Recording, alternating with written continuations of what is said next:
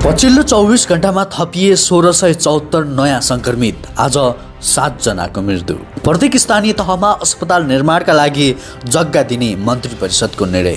शिक्षकमा corona संक्रमण देखिएपछि गोर्खाका विद्यालय मङ्सिर 15 गतेसम्म बन्द।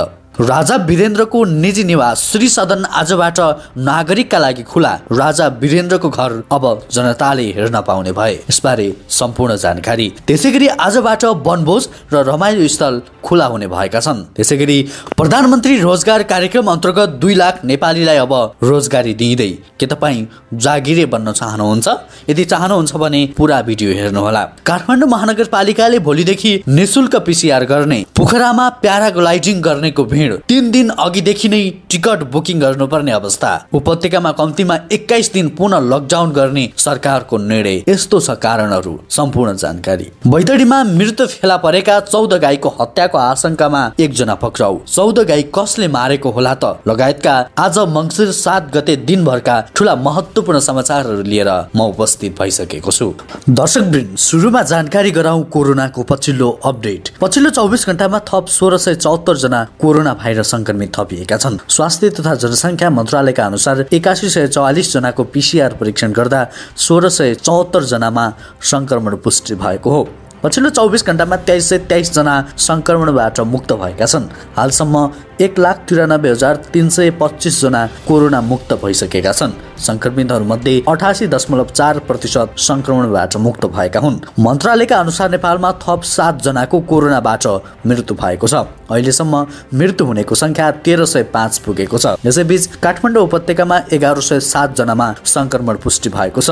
मन्त्रालयका अनुसार काठमाडौँमा 862 जना, भक्तपुरमा 71 जना र ललितपुरमा 174 जनामा संक्रमण पुष्टि भएको हो। त्यसैगरी रानीको निजी निवास कस्तो होला भन्ने कौतूहलता अब मेटिने भएको छ। तत्कालीन राजा वीरेन्द्र, रानी ऐश्वर्य र अधिराज कुमार निराजन शाहको निजी निवास श्री सदन आइतबारबाट नागरिकका लागि खुला गर्न लागि छ। तत्कालीन राजा वीरेन्द्रले आफ्नो डिजाइनमा तयार गर्न लगाउनु भएको सो भवन 2023 सालमा निर्माण गरिएको थियो। युवराज धिराज उमेर पुगेपछि अलग बस्नुपर्ने नियम अनुसार श्री सदन निर्माणपछि राजा वीरेन्द्र महेन्द्र मन्जिलबाट सर्नु भएको थियो। तत्कालीन राजा महेन्द्र उमेर पुगेपछि त्रिभुवन सदनबाट महेन्द्र मन्जिलमा र तत्कालीन राजा दिपेन्द्र उमेर पुगेपछि श्री सदनबाट त्रिभुवन सदनमा सर्नु भएको थियो। नारायणी दरबार संग्रहालयका विकास समितिका कार्यकारी निर्देशक बेस नारायण दाहालले शनिबार संस्कृति पर्यटन तथा नागरिक उड्डयन मन्त्री योगेश भट्टराईले श्री सदन सर्वसाधारणका लागि खुला गरिएको औपचारिक शुभारम्भ गर्ने जानकारी दिँदै भन्नुभयो, अब सबैको प्रतीक्षा सकिएको छ।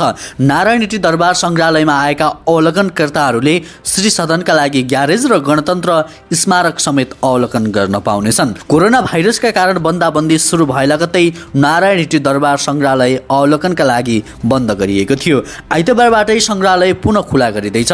एउटै टिकटबाट नयाँ खुला हुने स्थान पनि अवलोकन गर्न पाइनेछ। दर्शकवृन्द, त्यसैगरी अब अर्को समाचारतर्फ लागौँ। गोर्खा नगरपालिकाले नगर क्षेत्रभित्र कोरोना संक्रमणको जोखिम कायमै रहेको जनाउँदै यही मङ्सिर 15 गतेसम्म सबै शैक्षिक संस्था बन्द गर्ने निर्णय गरेको छ। नगरपालिकाले नगर क्षेत्रभित्र समुदाय स्तर तथा शिक्षकमा पनि कोरोना संक्रमण देखिएकाले संक्रमण थप हुन नदिन सबै निजी तथा सामुदायिक विद्यालयहरू बन्द गर्ने निर्णय गरेको प्रमुख प्रशासकीय अधिकृत दिनेश राज पन्तले जानकारी दिए। नगरपालिकाभित्र थप सावधानी अपनाउनु पर्ने देखिएकाले शिक्षण सिकाइ बन्द गर्नु परेको हो उनले भने। अन्य क्रियाकलाप गर्दा समेत अनिवार्य सुरक्षा मापदण्ड अपनाएर मात्र गर्न समेत सबैलाई अनुरोध गरिन्छ। नगरपालिकाभित्र शुक्रबारसम्ममा शिक्षक तथा कर्मचारी 65 जना सक्रिय संक्रमित रहेको बताइएको छ। ती संक्रमितहरूको सम्पर्कमा रहेको कन्ट्र्याक्ट ट्रेसिङ गरी स्थितिलाई सामान्य अवस्थामा ल्याउन नगरपालिकाभित्रका सबै विद्यालय सञ्चालित प्रत्यक्ष सिकाइ सहजीकरण पनि बन्द गरिएको प्रमुख प्रशासकीय अधिकृतले जानकारी दिए। उनले संक्रमणको आशंका र कन्ट्र्याक्ट ट्रेसिङमा परि कोरोना परीक्षणका लागि स्वाब दिएका व्यक्तिहरूको रिपोर्ट प्राप्त नहुँदै समुदाय स्तरमा निस्कने र घुलमिल गर्ने गरेको भन्ने गुनासो आएकाले स्वाब दिएकालाई अनिवार्य आइसोलेसनमा रहन पनि आग्रह गरेका छन्। रोगको संक्रमण फैलिन नदिन तथा संक्रमणबाट अरूलाई जोगाउनका लागि स्वाब दिएका व्यक्ति अनिवार्य आइसोलेसन बसेर सहयोग गरिदिन नगरपालिकाले आग्रह समेत गरेको छ। त्यसैगरी अब अर्को समाचारतर्फ लागौँ। काठमाडौँ महानगरपालिकाले आजदेखि निशुल्क पिसिआर परीक्षणका लागि स्वाब सङ्कलन गर्ने कार्य सुरु गर्ने भएको छ। नेपाल सरकारले तोकेको स्वास्थ्य मापदण्ड भित्र पर्ने व्यक्तिहरूको निशुल्क PCR परीक्षण गर्नका लागि स्वाब सङ्कलन गर्ने कार्यलाई फेरि सुचारू गर्न लागि हो। यस्तै कन्ट्याक्ट ट्रेसिङमा परेका अशक्त र ज्येष्ठ नागरिकको PCR परीक्षणका लागि स्वाब सङ्कलन गर्न मोबाइल भ्यान सञ्चालन गर्ने तयारी गरिएको पनि उनले बताए। काठमाडौँ महानगरपालिकाले परीक्षणको दायरा फराकिलो बनाउने तयारीका साथ अघि बढेको भन्दै कन्ट्याक्ट ट्रेसिङमा परेका र लक्षण देखिएकालाई मात्र PCR टेस्ट गर्न मेयर साक्यले आग्रह गरे। त्यस्तै उपत्यकामा पछिल्लो समय बढिरहेको कोरोना संक्रमणको चक्र तोड्न प्रभावकारी कदम चाल्नुपर्ने अवस्था आएको पनि उनले बताए। अहिले बजारमा देखिएको भिडभाड नियन्त्रण गर्नका लागि उपत्यका नगरपालिका फोरमले कोभिड-19 सङ्कट व्यवस्थापन CCMCलाई सुझाव दिइसकेको र सरकारको निर्णय अनुसार हुने पनि मेयर साक्यले बताए। त्यसैगरी अर्को महत्त्वपूर्ण जानकारी, आजबाट वनभोज जान पाइने भएको छ। जिल्लाको धेरै वनभोज हुने ज्ञानेश्वर सामुदायिक वनमा वनभोजका लागि खुला गरिएको छ। गत चैतदेखि बन्द गरिएको स्थल आजबाट खुला गर्न लागि हो। उपत्यका समितिको शुक्रबार सम्पन्न बैठकले सरकारले जारी गरेको स्वास्थ्य मापदण्डलाई पालना गर्दै कार्यक्रम आयोजना गर्न दिने निर्णय गरेको छ। समितिका अध्यक्ष राजन अधिकारीका अनुसार यो मौसममा गत वर्षहरूमा एकै दिन 92 वटासम्म वनभोज कार्यक्रम हुने गरेका थिए। नारायण हिटी तहमा रहेको उक्त स्थानमा कार्यक्रम गर्नका लागि 12 वटा टहरा रहेका छन्। खानेपानी, विद्युत, शौचालय लगायतका वनभोजलाई आवश्यक पर्ने सम्पूर्ण पूर्वाधार रहेको उनले बताए। नदी, वन र वन्यजन्तुको मनोरम दृश्यसँग रमाउँदै वनभोज गर्न यहाँ टाढा टाढाबाट मानिस आउने गर्दछन्। सामुदायिक वनमा खुला चिडियाखाना समेत रहेको छ। यहाँ वन्यजन्तु नजिकबाट अवलोकन गर्न समेत पाइन्छ। सोही ठाउँमा एउटा पार्क रहेको छ भने नजिकै शहीद स्मृति पार्क पनि निर्माण भइरहेको छ। सो वन क्षेत्रमा दुर्लभ बाघ, एकसिङे गैंडा, चित्री, मयूर, बदेल लगायतका वन्यजन्तु तथा चराचुरुङ्गीहरू हेर्न पाइन्छ। चितवन राष्ट्रिय निकुञ्जबाट वन्यजन्तु नारायणी किनार हुँदै यहाँ आउजाउ गर्दछन्। उक्त ठाउँमा चितवन लगायत नवलपरासी, धादिङ, गोर्खा र मगवानपुरबाट वनभोजका लागि आउने गरेका छन्। त्यसैगरी अर्को महत्त्वपूर्ण समाचार, देशभरबाट 6,81,000 युवा बेरोजगारको सूचीमा सूचीकृत भएका छन्। श्रम, रोजगार तथा सामाजिक सुरक्षा मन्त्रालयका अनुसार असोजदेखि मङ्सिर 4 गतेसम्म प्रधानमन्त्री रोजगार कार्यक्रममा आबद्ध हुनका लागि त्यो संख्यामा बेरोजगार युवाले आवेदन दिएका हुन्। यसमा आउँदो 15 गतेसम्म अझै बढी बेरोजगारको संख्या थपिनेछ। श्रम मन्त्रालयले उक्त कार्यक्रम मार्फत चालु आर्थिक वर्ष 77-78 मा 2 लाख विपन्न बेरोजगार युवालाई न्यूनतम 100 दिनको रोजगारी दिने लक्ष्य लिएको छ। तर रोजगारीका लागि आवेदन दिने बेरोजगारको संख्या भने अत्याधिक धेरै छ।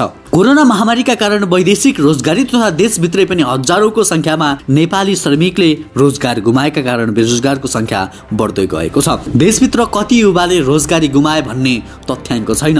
संयोजक घिमिरेले पालिकामा आएका बेरोजगारका आवेदन छनौट गरेर प्राथमिकताका आधारमा मङ्सिर 15 भित्र रोजगार सेवा केन्द्रमा उपलब्ध गराउन आग्रह गर्नुभयो। साथै उहाँले तोकिएको समयभित्र आवेदन नपठाउने पालिकामा यो वर्षको रोजगार कार्यक्रमका लागि छुट्याइएको बजेट पठाउन नसकिने चेतावनी दिनुभयो। संयोजक घिमिरेले भन्नुभयो, जुन पालिकाबाट मङ्सिर 15 भित्र निवेदन आउँछ ती सूचीकृत गर्छौं र बजेट पठाउँछौं।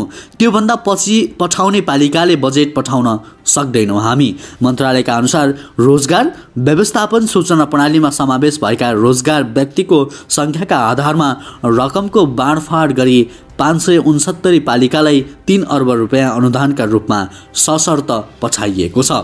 त्यसैगरी अर्को समाचारतर्फ लागौं। विगतमा बाह्य पर्यटकले मात्र प्याराग्लाइडिङ गर्ने गरेकोमा अहिले आन्तरिक पर्यटकको मागका कारण पोखरामा प्याराग्लाइडिङ गर्नेको घुइँचो लागेको छ। कोभिड-19 का कारण 6 महिनासम्म ठप्प भएको अवस्थामा प्याराग्लाइडिङ व्यवसायीले शुल्कमा कटौती गरेपछि आन्तरिक पर्यटक यसतर्फ आकर्षित भएका हुन्। काठमाडौँ, चितवन, बुटौल, धरान र पाल्पाबाट समेत आन्तरिक पर्यटक आउन थालेपछि प्याराग्लाइडिङ गर्नका लागि 2-3 दिन अघि नै बुकिङ गर्नुपर्ने अवस्था सिर्जना भएको छ। फेवाताल माथिको आकाश नै ढाकिने गरी अहिले दैनिक 600 वटा उडान हुने गरेका छन्।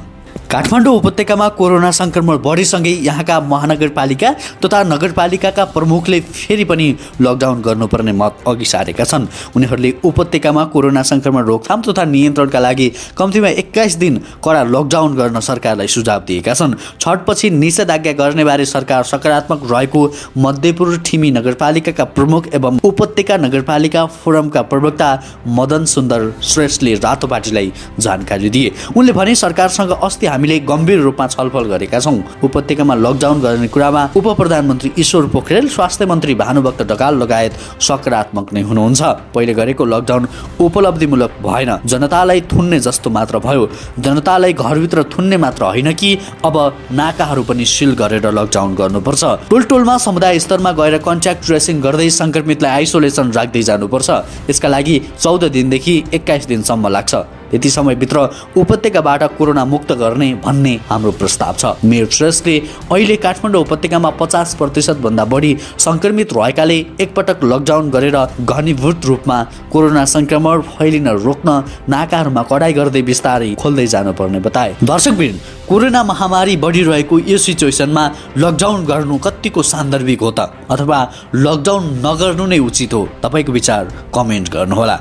त्यसैगरी अर्को महत्त्वपूर्ण समाचार, सरकारले प्रत्येक स्थानीय तहमा निर्माण गर्ने तय भएका 5 देखि 15 शय्याका अस्पताल निर्माण गर्न आवश्यक पर्ने सरकारी जग्गा लिजमा दिने निर्णय गरेको छ। मन्त्री परिषदका निर्णय सार्वजनिक गर्दै सरकारका प्रवक्ता तथा मन्त्री पार्वत गुरुङले भने अस्पतालको नाममा जग्गा नभएमा भूमि व्यवस्था, सहकारी तथा गरिबी निवारण मन्त्रालय मार्फत भवन निर्माणका लागि आवश्यक पर्ने सरकारी जग्गा लिजमा दिने निर्णय मन्त्री परिषदले गरेको हो। सरकारका प्रवक्ता एवं संचार तथा सूचना प्रविधि मन्त्री पार्वत गुरुङले सरकारी जग्गा तथा लिजमा उपलब्ध गराउने सम्बन्धी कार्यनीति 2071 संशोधन सहित मन्त्री परिषदको बैठकबाट पारित भएको बताए। दफा 12 को उपदफा 3 लाई संशोधन गर्दै स्थानीय तह अन्तर्गत स्थापना हुने 5 देखि 15 शय्याको आधारभूत अस्पतालका लागि आवश्यक पर्ने जग्गा अस्पतालका नाममा नभएमा भूमि व्यवस्था, सहकारी तथा गरिबी निवारण मन्त्रालयले त्यस्ता अस्पतालको भवन निर्माणका लागि आवश्यक पर्ने सरकारी जग्गा लिजमा उपलब्ध गराउने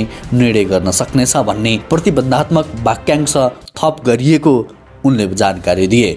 त्यसैगरी अब अर्को समाचार, बैतडीमा मृत फेला परेका 14 गाईको हत्याको आशंकामा 1 जना पक्राउ परेका छन्। पुर्चौडी नगरपालिका वडा नम्बर 5 का 24 वर्षीय लक्ष्मण पार्कीलाई शुक्रबार साँझ पक्राउ गरेको जिल्ला प्रहरी कार्यालय बैतडी प्रहरी नायक उपरीक्षक नारायण प्रसाद अधिकारीले जानकारी दिए। स्थानीयहरूले 11 वटा गाई मरेको फेला परेको बताए पनि प्रहरी टोली गएर अनुगमन गर्दा 14 वटा गाई मृत फेला परेको प्रहरी नायब उपरीक्षक अधिकारीले बताए। उनका अनुसार पक्राउ परेका लक्ष्मण पार्की र सोही ठाउँका सुरेश पार्कीले पाटन नगरपालिकासँग सम्झौता गरी 34 गाईलाई पाल्ने भन्दै पुर्चौडी ल्याएका थिए। उनीहरूले प्रति गाईको 2000 समेत नगरपालिकाबाट पाएका थिए। 14 वटा गाई मृत फेला परेपछि उनीहरूले नै मारेर फालेको आशंकामा पक्राउ गरी अनुसन्धान अगाडि बढाइएको डीएसपी अधिकारीले जानकारी दिए। सुरेश पार्की फरार रहेकाले खोजी कार्य गरी उनलाई पनि पक्राउ गर्ने प्रहरीको तयारी छ। दर्शकवृन्द, आजको लागि महत्त्वपूर्ण समाचार तथा जानकारी यति नै। हाम्रो भिडियोलाई